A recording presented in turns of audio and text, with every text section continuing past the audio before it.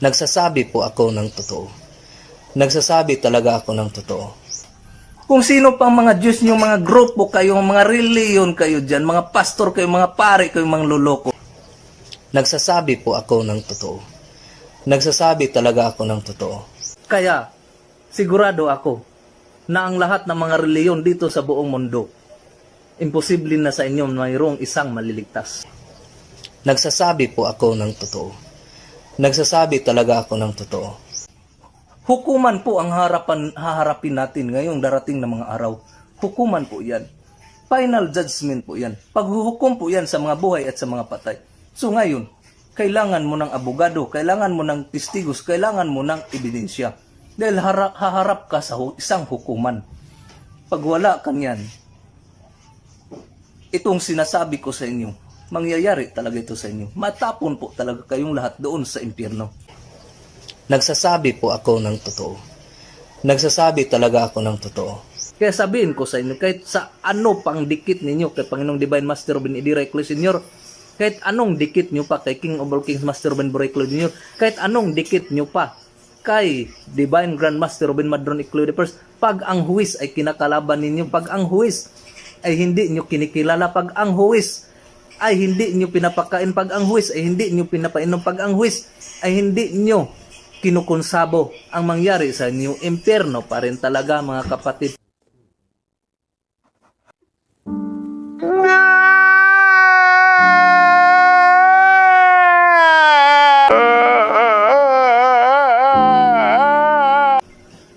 Kailangan ang huwis po ay ating kaibigan. At ang huwis po, walang iba kundi si Professor Kong si Jesucristo. At si Professor Kong si Jesucristo at si General Spiritual Investigator Professor Jimmy Bilimpot ay isa lang po yan mga kapatid.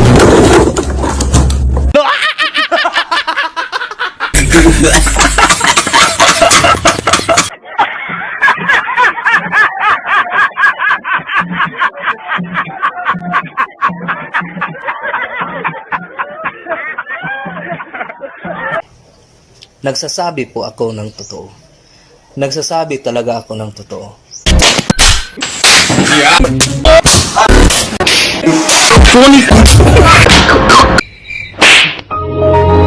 Gago! Tanga! Inutil! Tarantado! Nagsasabi po ako ng totoo. Nagsasabi talaga ako ng totoo. Nagsasabi po ako ng totoo. Nagsasabi talaga ako ng totoo.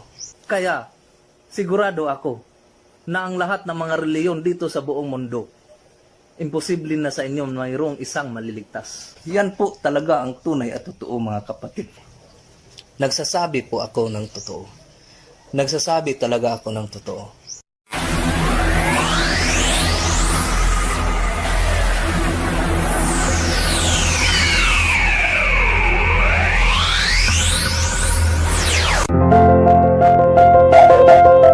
Mga kapatid ko, pakinggan natin ang mensahe ng ating Divine Master. Hindi sa atong kapunungan ng Kristo. Wala ko mag-iuli sa ninyo. Ang kaluwasan at anak.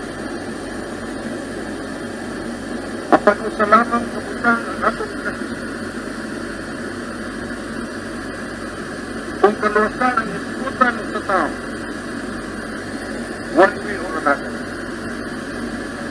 kung ikaw ang isang kaluwasan, pagmatawag na, kaya alaan na ito. Because in the Bible, it is very clear that the words of God says salvation of man comes from his own salvation. Wala magpaluhod ang Diyos sa tubangan at kukasip.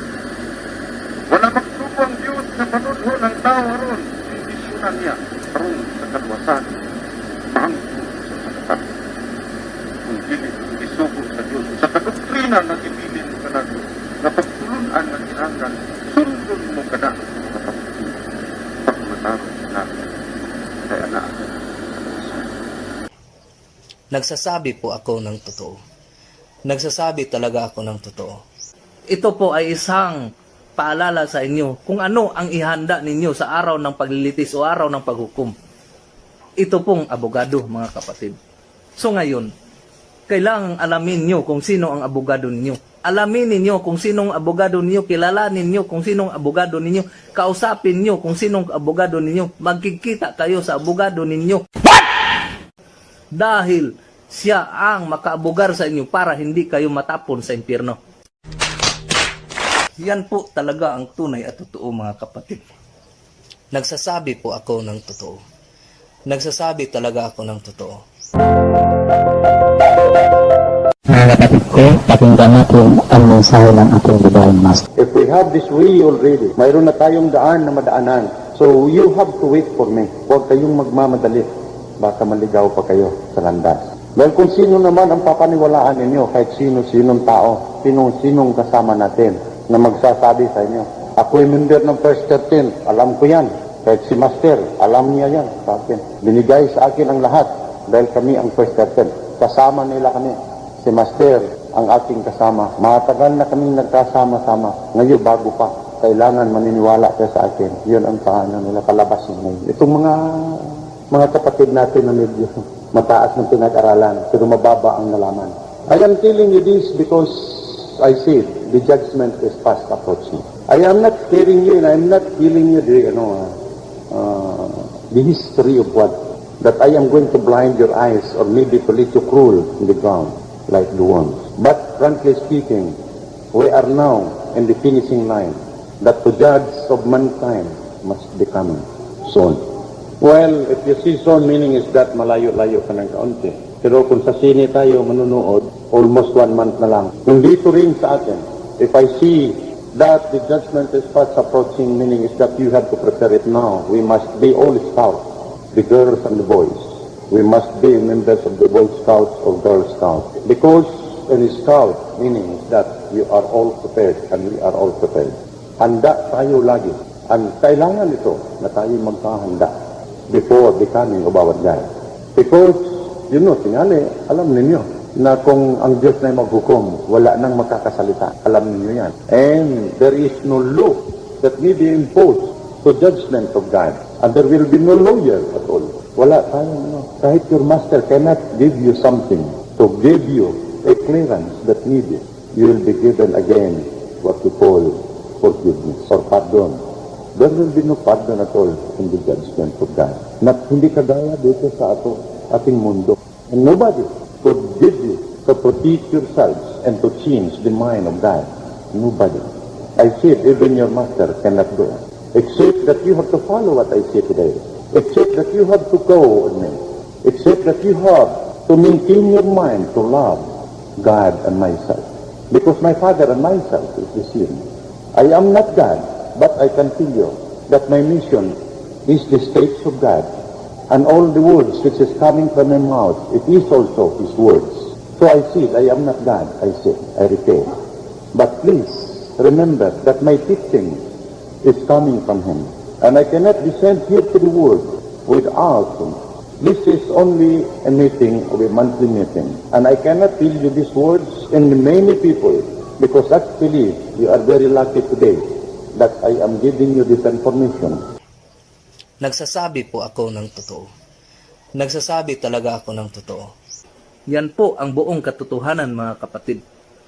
Yan po talaga. At wala po itong tubili na pagsasalaysay sa inyo, pagsabi sa inyo. Ito po talaga ang buong katotohanan. Oo, mga kapatid, nagsasalaysay ako sa inyo ng totoo. Hindi ko kayo inaakit, mga kapatid. Hindi ko kayo kinukumbinsi. Pero sasabihin ko sa inyo na ako bilang isang ako ay kayang makatulong sa inyo kung paano nyo kilalanin ang guardian angel nyo bilang testigo ninyo sa araw ng paghukom ng mga buhay at mga patay. Okay. Ngayon, dadako po tayo sa ebidensya. Paano niyo masasabi na kayo ay tauhan ni Allah? Ano bang ebidensya niyo na tauhan kayo ni Allah? Paano masabi na kayo ay tauhan ni Jesus Christ? Kayo ay kaibigan ni Jesus Christ? Kayo ay kilala ni Jesus Christ? Ano bang ebidensya mo na magpatunay na kayo ni Jesus Christ ay magkakilala? Na ikaw ay tauhan ni Jesus Christ? Ano bang patunay mo, ebidensya mo pa patunay bilang na ikaw ay isang tauhan ni Jehovah, na kayo ni Jehovah ay magkakilala. Ano bang ebidensya mo na kayo ay magkakilala? Ngayon mga kapatid, tatanungin niyo ako, ano bang ebidensya ko bilang patunay na si Master Robin at ako ay magkakilala? Ano bang ebidensya ko, patunay ko? So ito mga kapatid, papakita ko siyang ebidensya. Ito yung ebidensya mga kapatid.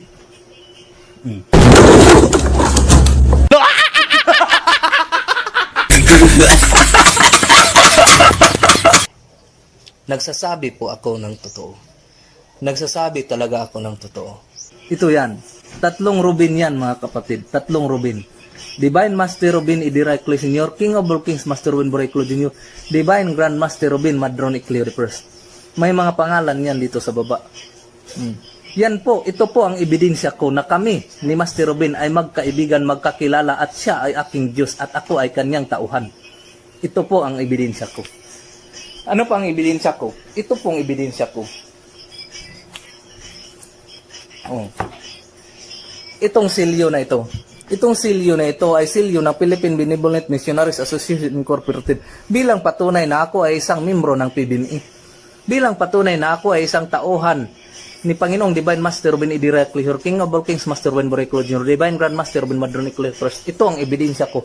Isang silyo ng asosasyon ng Philippine Benevolent Missionaries Association Incorporated. At may pirma po ito dito ni Panginoong King of all Kings Master Robin Boriclo Jr.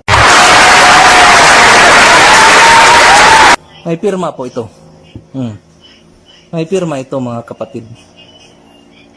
Ano bang ebidensya ko patunay na ako ay isang tauhan ng Panginoong Divine Grand Master Robin Madron Eclair I ng Robinian International Incorporated? Ito po ang ebidensya ko mga kapatid. Ito po ay silyo ng Robinian International Incorporated. Na ako ay isang tauhan ng Robinian International Incorporated. At may pirma po ito ni Master Robin. May pirma po ito ni Panginoong Divine Grand Master Robin Madron Eclair I. Pangalan niya at pirma. Nandyan po, mga kapatid. At may check na po ito. Kita niyo yung check? Check oh. Gi-checking na po ito ni Panginoong Divine Grand Master Robin Madron Eclair I. Nilagyanan niya ng check.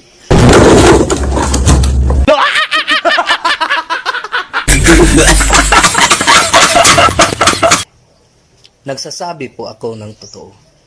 Nagsasabi talaga ako ng totoo.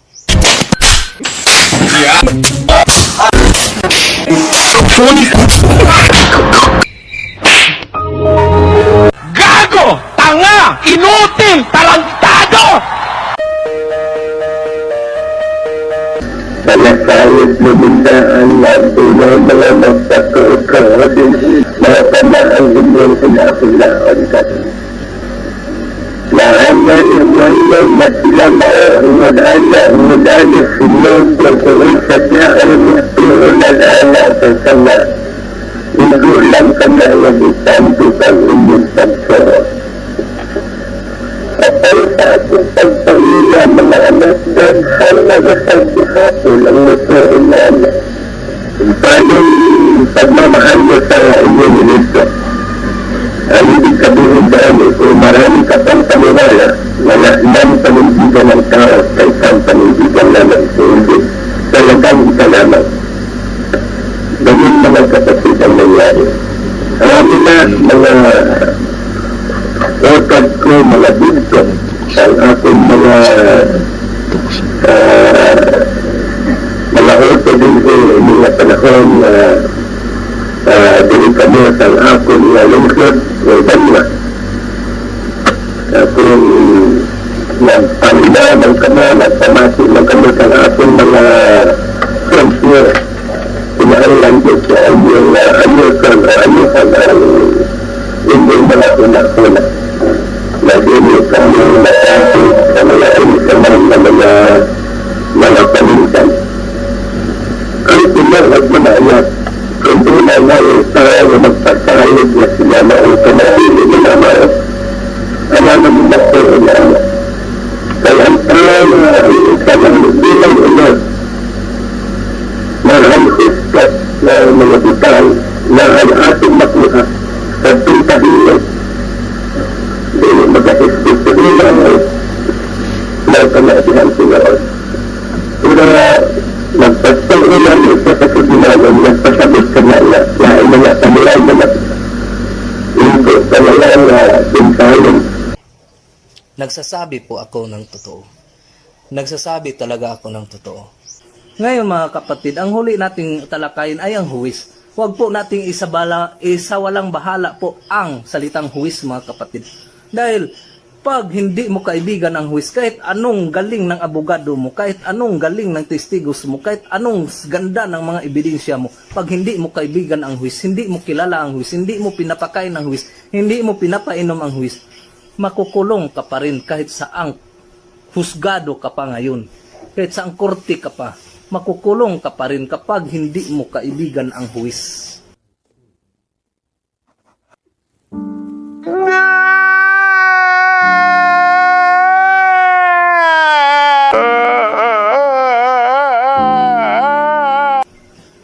Kailangan ang huwis po ay ating kaibigan. At ang huwis po, walang iba kundi si Professor Kong si Jesucristo. At si Professor Kong si Jesucristo at si General Spiritual Investigator Professor Jimmy Bilimpot ay isa lang po yan mga kapatid.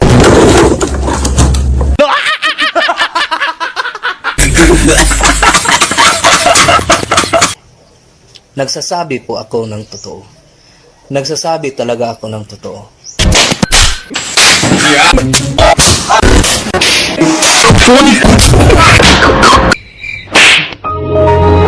Gago! Tanga! Inutil! Tarantado! Mga kapatid ko, pakinggan natin ang mensahe ng ating Divine Master. Walay di sa sikul sa mga natin. Dahil ating panayhay ako ng Bosbon, kapagit sila ng patumangon, limit sa mga natin. Bawa na itong magatimaan sa ating mga buhat, kay ating pagbalit mo sa ating pagbalit. Klaro sa mga ito. Pero nagbantay sa mga Diyos-Diyos. Kaya sarili na tumadogal mo balik, daghan ang magpapagod kung magpailang at sila Diyos. At ang pagpantay sa mga na kung pinsa sa itong nagapit ayaw na sila kaya sarili mo. Daghan na kayo. Magpalagala mga pangalan. Pagpantay natin, talagang po, kung sa talagang po kung saan na siya na bilig na tanamo. Nagpahabot na pinuhod ang yung gusto na una. Ang unang bitamulong sa Diyos na nagingin na kung ako yung balik ng kalimutan sama po sa kapakayapan na nagitan siting sa mga kayo. Sama kami siya sa nakakalapan. Nagpahabot, we will keep silent. Anaalang siya sa libong ng mga dapit. Anaalang siya sa waaw ng mga dapit. Anaalang siya sa mga kabukiran. Anaalang siya sa mga hilit. Nagigit sa itit ang pangit sa tao. Bakit yung mga suwan ko ang asot sa iyong pagkakao. Nagingon ang Diyos sa balaan sa mubalik sa kanan. Dayon sa akong pagdito, kuliton ko sila. Pagdagan ko sa akong pagdito. Usa ka pagpunit na, usa ka pagpilit na, dili po ang Diyos sa magpilit sa taong akong buhat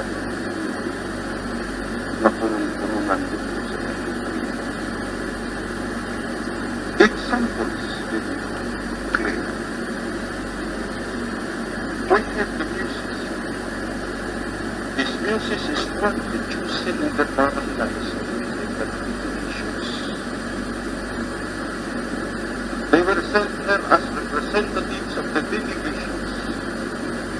Usa ka mga representante nga pinili na sila. Usa sa mga malinis na mga kabataan dito sa Canada. Aron hato nila sa kasabi sa ating. And that is God doing good. Karong maabot mga tao. Mausap ka na ang pagkabuhaton unya sa Diyos. Nga dili pangitaon sa Diyos katong mga tao Kalibutan, kawatan, kung sa pangiyang pagkatawa. Sa pagkriminal. Kundi ang iyang pangitao at kung matugod na nagpaida. Na sa kamatalo na nagpakatao. Sa kamatalo na binuhat na